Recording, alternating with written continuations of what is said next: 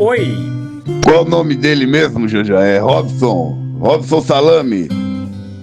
Aqui é Robson Salame. E hoje eu queria falar sobre biólogos das cobras.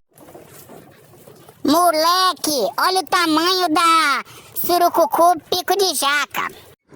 Tá vendo aí, Zé, uma fera que eu tirei de sua área aí? O bicho só não me matou porque Deus anda comigo. Aí eu fui e atirei na cabeça dela. Ó o bicho aí. Esse aí, quando não mata, aleja. Só Jesus que salva. Bom, daí dá pra você ver porque que a surucucu tá em extinção, né? Não, de forma alguma. Ela tá em extinção porque ela precisa de floresta preservada e o agro tá acabando com tudo. É isso que eu falo. Tá? É o mesmo problema do negócio do boto. Nunca bota o agro na jogada. Então a surucucu tá em extinção porque o povo é ignorante e mata a cobra. Frank Balestrin comentou: cara, tira essa tinta da cara. Tá copiando o Henrique. Cria o teu próprio estilo. Pessoal, uma cobra aqui, ó.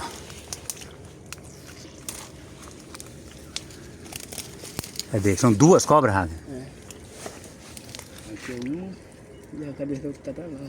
Ah, é o que isso aí? É uma cobra cipó, eu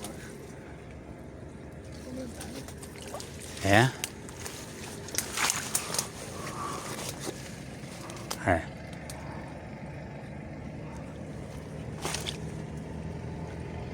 Cadê que eu não tô conseguindo filmar? Olha aqui a cabeça dela, ó.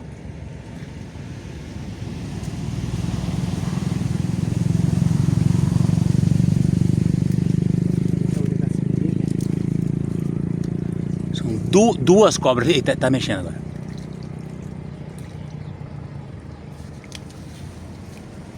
O que essas cobras estavam fazendo aí, Ragnar? Duas cobras juntas é muito suspeito. Olha lá ela.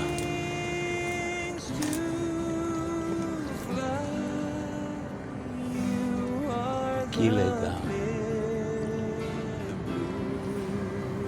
Ali uma cara, ali dá pra ver melhor. Ali.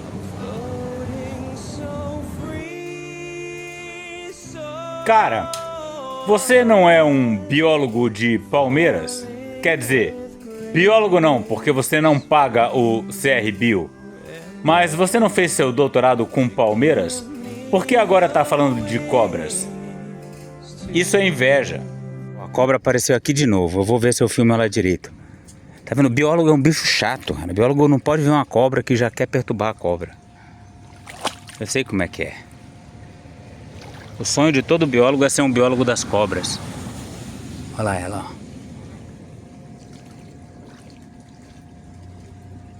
ó. Ali. Paradinha.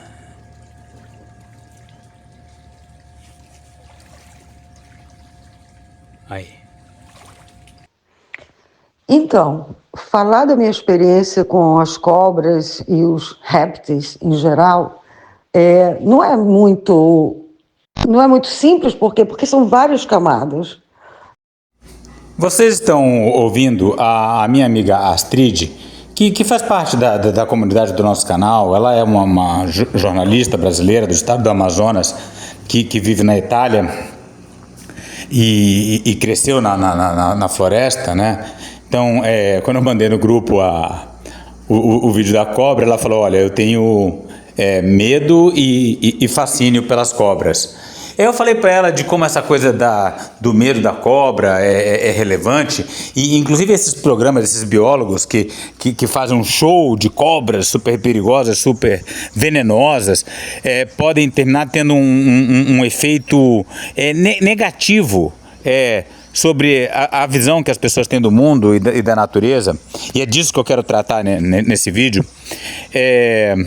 Então a Astrid mandou pra gente um depoimento pessoal e detalhado da relação dela com as cobras. Vamos escutar. Vai pra água, Ih, caralho, deixa eu sair daqui. Olha lá ela. Eita, foi nadando. Lá vai ela. É boa de nado. Agora o parceiro dela. Ó, também foi.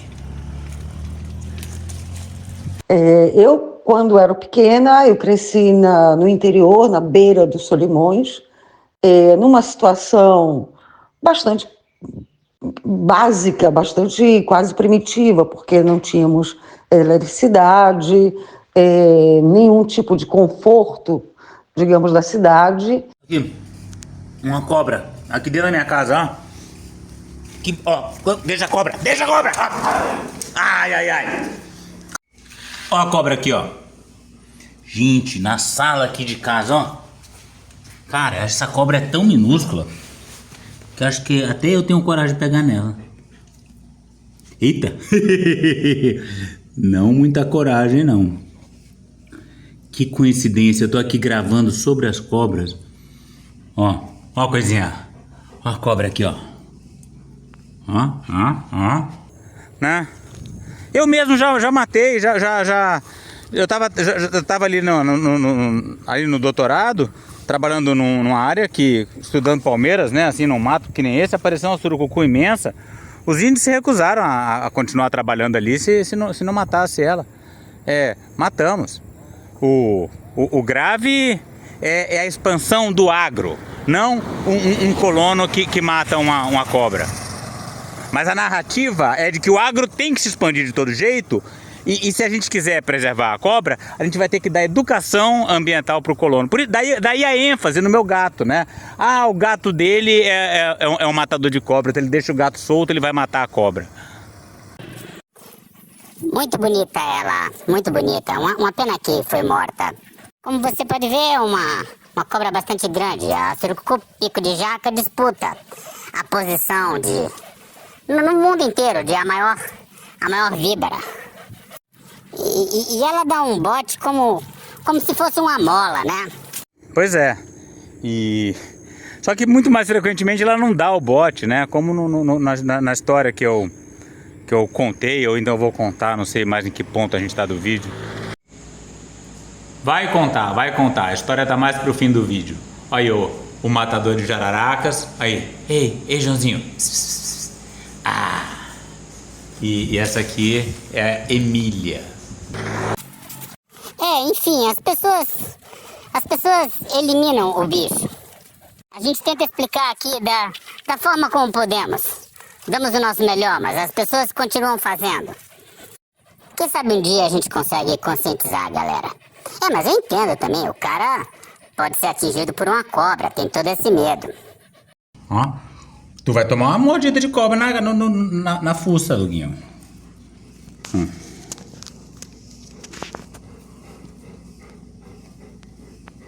Ó, que coisinha mais linda. Aí a pessoa fala, uma cobra dentro de casa, meu Deus. Olha aí. Aí, ó, peguei a cobra, aqui, ó. Caramba. Aí, quem disse que eu não tenho coragem? Aí, um verdadeiro biólogo das cobras. Peraí, eu vou soltar ela. Peraí. Olha lá, cobrinha.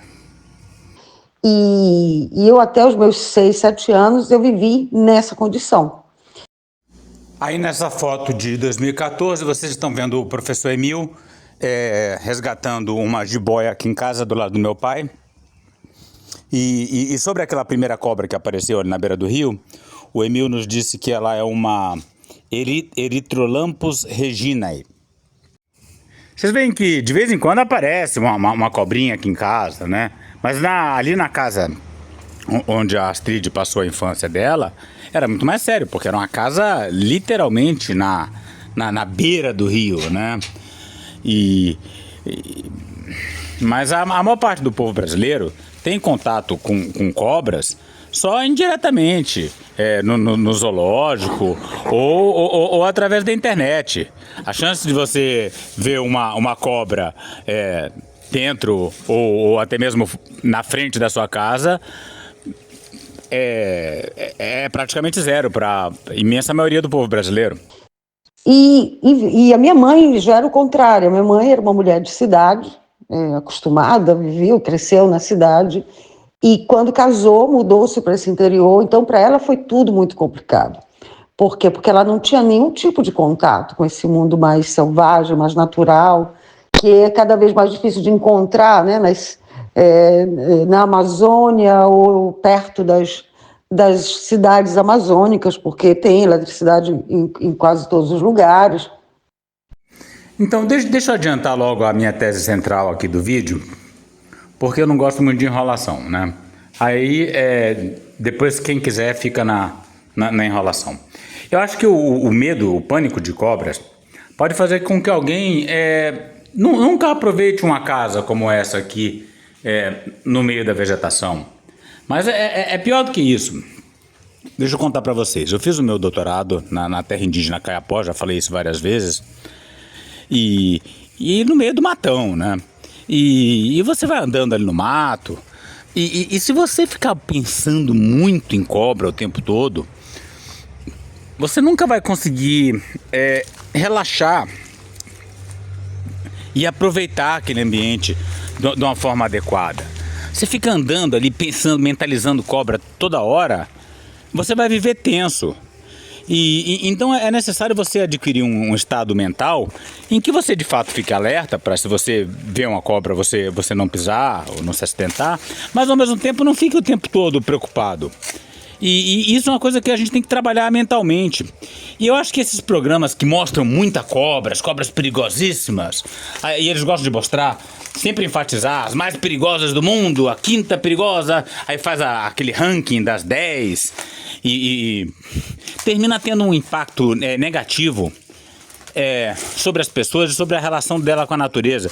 Porque a natureza é sempre terrível, assassina, cruel. E mesmo que eles façam, por outro lado, aquela propaganda, não mate a cobra, mas o medo que você introjeta conhecendo a natureza através do YouTube, o YouTube não é uma amostra fiel da natureza. Ele só interessa o mais sangrento, o mais perigoso. Então, se você aprende sobre o mundo nesses canais, você termina com uma visão que não vai te permitir ter o relaxamento necessário, tanto para se integrar na natureza, quanto para trabalhar nela, para fazer o reflorestamento, para arrancar capim, né, para plantar as suas mudas. Para isso você não pode ficar pensando em cobras e cobras perigosíssimas o tempo todo, né? Então, essa é a minha mensagem final. Então, o biólogo das cobras termina fazendo um desserviço ao mostrar esses animais tão perigosos dessa forma tão explícita. Vejam como a inveja é uma merda. O cara começa o vídeo dizendo que queria ser um biólogo das cobras. Depois aparece uma cobra desse tamanhozinho, literalmente desse tamanhozinho dentro da casa dele, e ele mal tem coragem de pegar. Aí vem falar que os biólogos de verdade, corajosos, que pegam na cobra, fazem um desserviço de comunicação. Crítica essa vinda de um cara que espalha espécies exóticas por aí, cria peixes exóticos na beira do Xingu e deixa o gato dele solto para matar a cobra. Você viu como a cachorrinha quase matou aquela cobra? Essa cachorra não podia estar solta. Então, para falar sobre o medo que a Astrid tem das cobras, a gente volta aqui para a região onde ela passou a infância, né?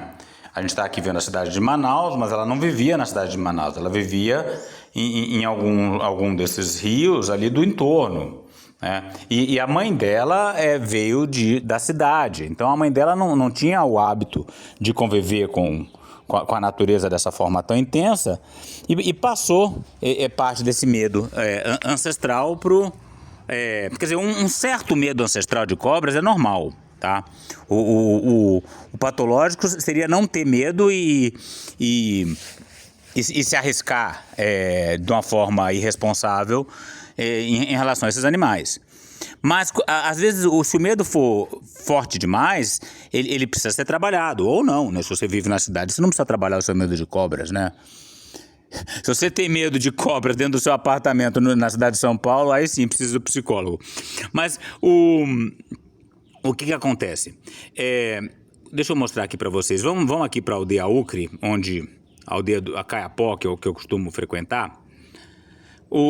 Como é que vivem os indígenas, né? Olha aqui, as casas deles são muito próximas umas das outras. E por isso elas são mais protegidas dessa coisa das cobras, né? Enquanto isso, os ribeirinhos, que são um povo da mesma civilização ocidental que nós, né? Eles geralmente têm as suas casas afastadas umas das outras. Até por uma questão cultural, de privacidade. Você vê uma casinha de ribeirinho, a outra casinha vai estar ali a 100 metros, a 200 metros. E por isso que os rios amazônicos estão todos cheios de casinhas, né? Você encontra uma aqui, outra ali, outra acolá. E o fato delas serem mais separadas faz com que eles também fiquem mais vulneráveis a esses animais que vêm da mata direto para as suas residências. Diferente dos indígenas, que têm as casas próximas e tudo muito limpo, como vocês viram, né? Então, olha só aqui, olha. É uma casa ribeirinha aqui, olha, ó. Então, você tem aqui, ó, uma casinha, outra casinha. E todas essas casas cercadas de mato. Então, você está muito mais exposto. Mas imaginem uma pessoa que não estava acostumada com isso, ter que enfrentar situações que ela não estava realmente acostumada e preparada. Então, por exemplo, nós vivíamos em uma área de várzea. No período da cheia, claramente as cobras elas iam procurar os lugares enxutos. E onde estavam esses lugares enxutos? Nas nossas casas. Então, por exemplo, tem várias situações em que nós tivemos um contato muito próximo com todos os tipos de cobras. Por exemplo, uma vez na cozinha de casa, minha mãe nos contava que tinha um ninho, ela descobriu um ninho de cobra embaixo de um móvel, onde eu brincava muito perto. E nesse caso tinha um casal que morava com a gente, que o Chicão, me lembro ainda o nome dele, interviu e matou. Eles matavam essas cobras, matou de uma maneira horrível até. Sim, não tem como matar uma cobra que não seja de uma maneira horrível. O esmagamento, que é o que a gente faz, geralmente é horrível também. Mas o ponto é que provavelmente essa cobra não era venenosa, né? Claro que ninguém quer uma cobra morando na cozinha, né? Mas a maior parte delas é inofensiva. Infelizmente. E outras ocasiões em que, por exemplo, o meu irmão, pelo menos 2 ou 3 vezes, ele teve um contato muito próximo com uma cobra e foi por um milagre, por um acaso, que não aconteceu nada. Uma vez, por exemplo, ele muito pequeno, sempre a minha mãe conta, e ele estava dormindo na rede com o berço bem do ladinho dele, do lado da rede. E quando ela olha, tinha uma cobra que estava num berço, já a metade do caminho na direção da rede.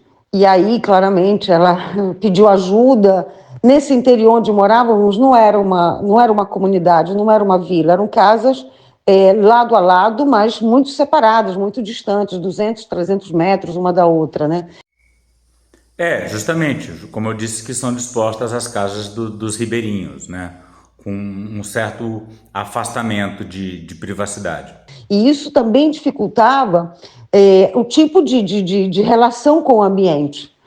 E teve outras ocasiões também, sempre com o meu irmão, eu tive poucos contatos com cobra. Eu tive em 2 ocasiões, 2 ou 3, uma delas era a minha mãe que indicava para a gente uma cobra que estava perto de casa. O meu pai foi picado por cobra, acabou indo para o hospital, enfim, tivemos sempre esse contato.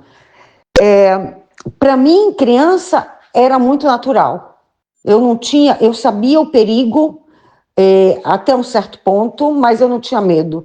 Esse medo eu herdei da minha mãe e virou uma espécie de fobia. mesmo, né? Porque a gente tem essa... eu acho que é uma questão também muito ancestral, né? Esse réptil, essa coisa que desliza, esse algo que a gente não consegue aferrar, pegar, essa coisa que foge da gente, né? Que escorrega, que transborda. Eu acho que tem um aspecto inconsciente muito, muito importante nisso. Ah, não, Astrid, acho que não precisa ir tão longe, sabe? Que desliza, que foge, que não tem perna. Ah, é que tem veneno, que tem um veneno mortal, né? Acho que isso. A gente não precisa recorrer tanto como é que o Jung falava, né? São os símbolos. Não. É um perigo bem concreto e sempre foi ao longo da história da humanidade. Então, esse medo ele está introjetado evolutivamente. Por isso que existe esse fascínio tão grande pelas cobras, né? E por isso que dá para um canal de YouTube escalar até a casa dos milhões de seguidores falando de cobra, porque todo mundo quer ver, né? Mas aí não vai querer mais uma cobrinha. Você viu a cobrinha que eu mostrei no começo do vídeo? Uma cobrinha inofensiva, fininha, pequenininha. Nossa, aquela lá de casa é um bebê cobrinha.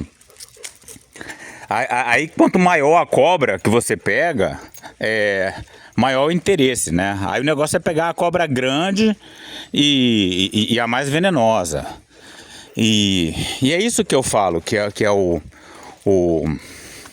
aspecto perverso da coisa. Porque aquela pessoa que não tem contato com a natureza e que vive mais isolada nos apartamentos e que aprende sobre a natureza vendo os biólogos de cobra, vai terminar com uma imagem distorcida da realidade. Quer ver? Olha só, essa aqui é a área que eu estou reflorestando, tá?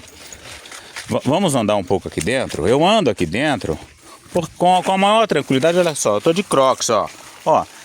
Pode ter uma jararaca aqui? Pode ter, claro que pode ter, mas é tão improvável, sabe? A jararaca quer mais fugir do que me atacar. Então, mas eu tive que aprender isso na prática, na aldeia. Eu tive a oportunidade de fazer meu doutorado na terra indígena Kayapó, né? E lá eu já tive contato com cobras grandes e perigosas, né? Deixa eu contar uma história rápida para vocês. Quando teve aquele negócio do boto, aquela treta lá da crítica que eu fiz ao vídeo do boto, do Senhor das Cabras, o pessoal armou da gente fazer uma conversa de ajuste de contas e possível reconciliação. E houve um momento assim em que eu contei pro Senhor das Cabras do momento que eu tive contato com a cobra, a cobra mais assustadora e perigosa aqui da região, né? Que é a surucucu pico de jaca, né? Então, rapidamente, eu vou contar essa história novamente para vocês. Um amigo meu, o Pingo, o Adriano, estava na base comigo, ele foi lá estudar jabutis. E uma noite ele se perdeu, ele não conseguia, chegou de noite, ele não chegava, não voltava. E aí o que a gente faz? A gente não vai dormir, né, deixando o amigo perdido, né? Vai que ele não estivesse tão longe, vai que um grito pudesse ajudar. Então fomos lá, eu e o Nilson, meu compadre, de noite, chovendo, na mata, para procurar o Pingo. E aí em algum momento, a gente estava na trilha, eu parei por causa de um tronco que eu tinha que atravessar, assim, né, assim, ó, passar a perna assim por cima, né? E aí eu apontei a lanterna aqui pro lado e eu vi uma surucucu, assim, que devia ter uns 3 metros de comprimento. Uma coisa gigantesca. Ela estava assim a 20 centímetros da minha perna, recolhida. Mas ela não estava recolhida para dar o bote. Ela estava recolhida porque ela queria evitar o contato comigo, né? A cobra, ela não é terrível, né? O negócio dela é ficar de boa. Mas primeiro que eu fiquei completamente sem voz. E correndo, corri pra trás, gritei, depois, né, quando saiu o grito. O meu compadre, que já tinha passado pela cobra, vendo que eu corri de volta, ele não viu a cobra, mas ele correu também e passou de novo do lado da cobra. E foi isso, né? Foi um encontro, foi uma descarga de adrenalina inesquecível. Mas até ali a cobra também não queria problema, né? Essa é a moral da história. Eu contei pra ele estava mais preocupado em brigar comigo do que falar sobre cobras e não deu muita bola. Claro, claro. Tem que ser uma pessoa bacana para falar. Pois é, cara, que história bacana. Olha só, para você ver, né, que essa cobra, ela nem é agressiva, né? Ela é segura de si, né? Isso aí poderia ter sido o papo, né? Podia até falar, pois é, negócio do boto, bem observado. Você observou bem, né, cara? O negócio do desmatamento ficou faltando no vídeo. Beleza, né? No próximo eu ponho. Mas quando a pessoa só quer brigar, porque na verdade, vamos falar sobre isso ainda, né? Vamos falar sobre surucucu e biologia das cobras. Vamos terminar de ouvir a história da Astrid primeiro. Mas uma coisa que eu aprendi nesse tempo todo, depois que eu saí desse interior, eu sempre vivi em cidade, sempre vivi quase sempre em apartamento, ou de qualquer forma não em contato com a natureza como naquela época. Então, aí você não teve condições de trabalhar aquele seu medo, né? Ó, aqui é o meu vizinho que foi picado de jararaca, tá? Eu tô com a minha Crocs, né? E ó, tô andando aqui, ó, meto o pé. Podia ter um jararaca aqui, ó, onde eu tô pisando, ó, né? Olha as florzinhas, que lindas. Podia ter uma jararaca aqui, né? E se eu desse o azar grande de pisar em cima dela, eu estaria complicado. Mas é muito improvável. É muito improvável. Sabe qual era o exercício mental que eu pensava? Depois de muito andar na mata, eu via como... Sim, sabe, nesses anos todos que eu trabalhei lá no Pincaiti, eu acho que eu vi jararaca poucas vezes. Aqui tem mais, porque aqui é uma área perturbada, né? Aqui ela é uma praga. Lá ela não é uma praga. Aqui ela é uma praga porque tem muito lixo, né? Muita gente. E aí tem muito rato, então termina que tem mais jararaca. Mas mesmo sendo praga, vamos supor que alguém falasse, Rodolfo, olha só, você... Só volte para casa depois de você achar uma jararaca, tá? Então eu tivesse aqui, olha, andando por aqui. Não, hoje a minha missão é procurar uma jararaca. Olha, eu já começava desanimado, porque eu não ia achar. Sabe, se eu procurasse, muito difícil achar, é muito difícil. Até outro dia ali a roçadeira pegou uma, né? Mas a roçadeira também vai, enfim, sei lá, pode acontecer, tanto é que meu vizinho foi picado. Mas é muito improvável, então você não precisa ficar pensando em jararaca a cada passo, né? E aí esse trabalho mental que a gente precisa fazer para poder andar na natureza aqui, ó, para poder ter ânimo, para sair aqui, olha aqui, ó, a mangueirinha que eu plantei, ó. Como é que tá essa mangueirinha? Como é que tá? Precisa arrancar um cipó que tá crescendo nela. Para isso você precisa meter o pé aqui sem estar pensando em jararaca. Aqui onde eu estou, 8 anos atrás eu decidi sair da cidade, ir para uma espécie de chácara, e ali eu voltei a ter contato com cobras. Não são cobras venenosas, porque aqui na Itália é muito raro que aconteça. Normalmente é a víbora, mas ela se encontra na montanha. Então aqui tem a Natrix, eu acho que se chama no Brasil cobra d'água. Aí a Astrid me mandou essa foto da Natrix e escreveu: impressionante a capacidade delas de se mimetizarem. Isso é um dom geral das cobras. E é a mais inofensiva. Aqui na Itália a espécie dominante não é venenosa. Não é peçonhenta, a gente fala. Que de qualquer forma pode te picar, mas não é venenosa. E a primeira vez que eu encontrei, porque onde fomos morar era perto de um bosque. Então, Astrid, não, ela pode te picar, mas ela não inocula veneno quando ela te morde, né? Ela te morde ali para se defender. E o veneno, ele tá num dente lá atrás, né?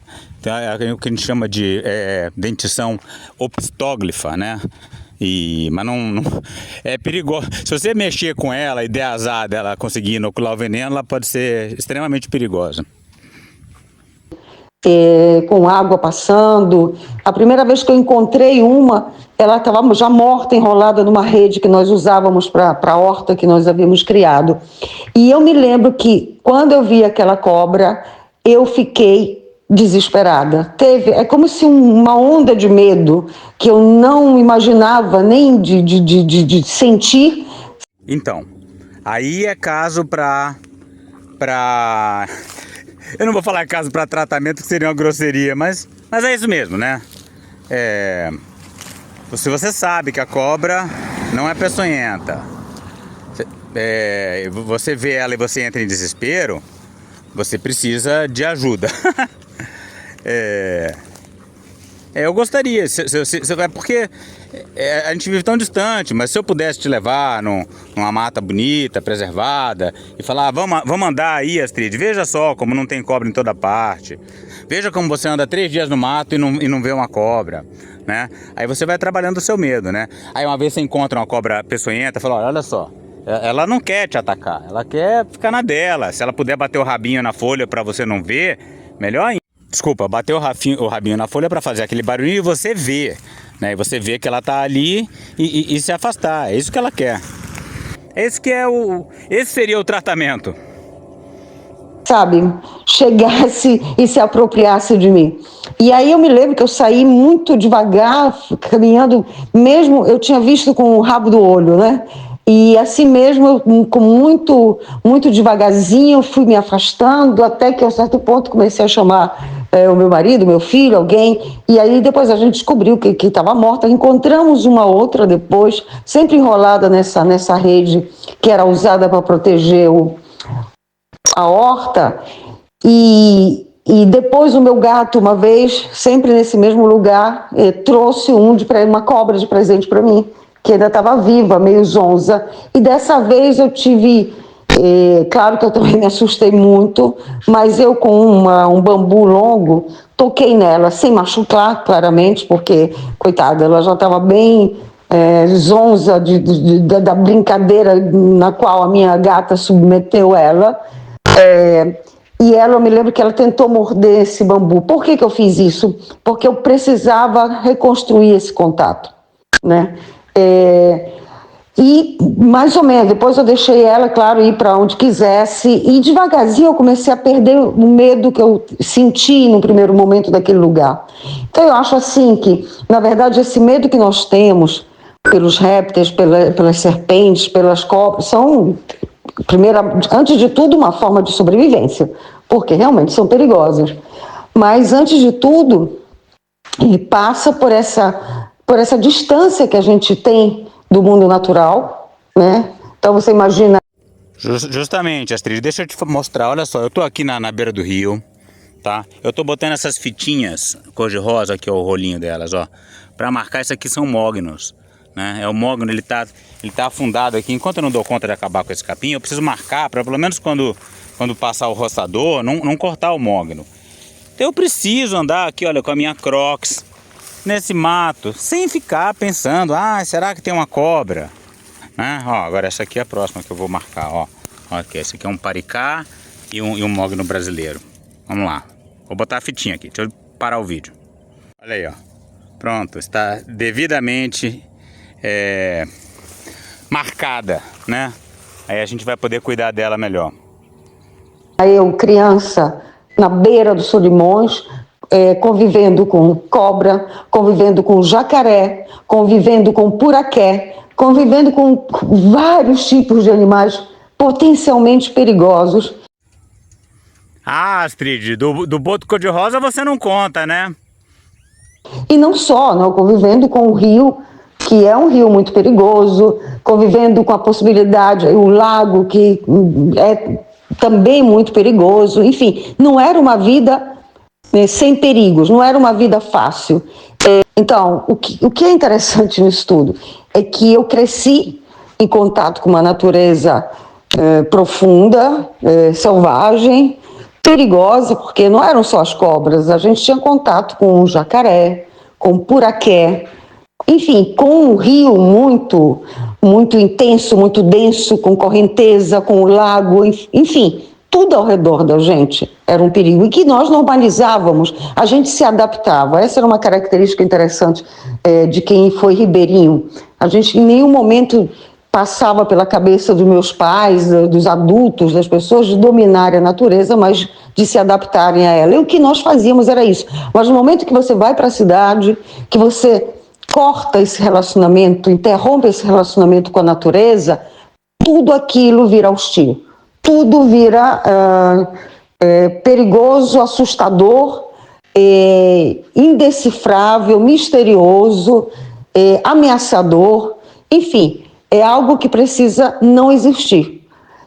Então eu acho que eu fiz um pouco esse processo, indo para a cidade, acabei criando essa ruptura com a experiência que eu tive com as cobras, com jacaré, enfim, com 1000 situações no interior que, depois de alguns anos vivendo em cidade, eu percebi que eu tinha problemas voltando para o interior. Eu tinha mais medo do que... Algumas coisas não, algumas coisas são naturais, a gente se acostuma. Mas, por exemplo, depois de 30 anos longe da natureza, daquela natureza, eu não vou cair no igarapé se eu não entender se antes ali se tem jacaré ou se não tem, né? Antes a gente era mais... Sim, Astrid, mas isso é normal. Qualquer lugar novo que você chega, você vai ver o que as pessoas do local estão fazendo, né? Eu aprendi a ser mais ousado do que os próprios indígenas. Tem lugar que eles não nadam, que eles têm medos lá, que eu já aprendi que não tem problema, eu vou e nado. Mas isso foi uma coisa que eu conquistei com o tempo. Isso é inconsciente, a gente se jogava mesmo, independente de qualquer coisa. Agora não, agora eu teria muito mais medo. Então eu acho que esse medo é uma construção, né? Esse medo que a gente tem dos serpentes, de um lado é uma construção, de outro, eu creio que tem a ver muito com o nosso inconsciente também, né? E isso, claro, que não faz com que é muito difícil solucionar esse relacionamento, né, com serpente. A gente tem que... E o medo é irracional, você não consegue controlar ele. Eu acho que a receita é essa, eu acho que a maneira melhor para a gente superar isso é tornando a conviver, tornando a transformar em algo cotidiano quase, essa relação com os répteis.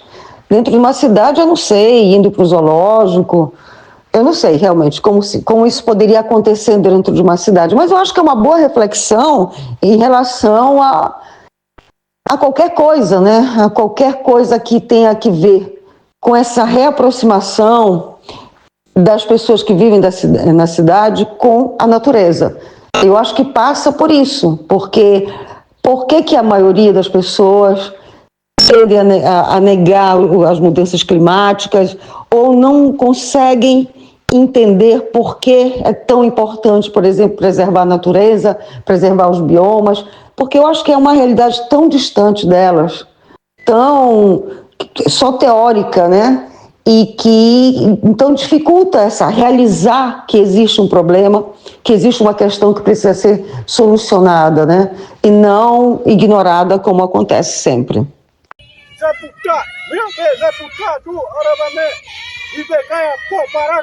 Para saber mais e participar dessa luta radical pelos povos indígenas, a floresta tropical e a biodiversidade de modo geral, inscreva-se no canal, deixe seu like e comentário.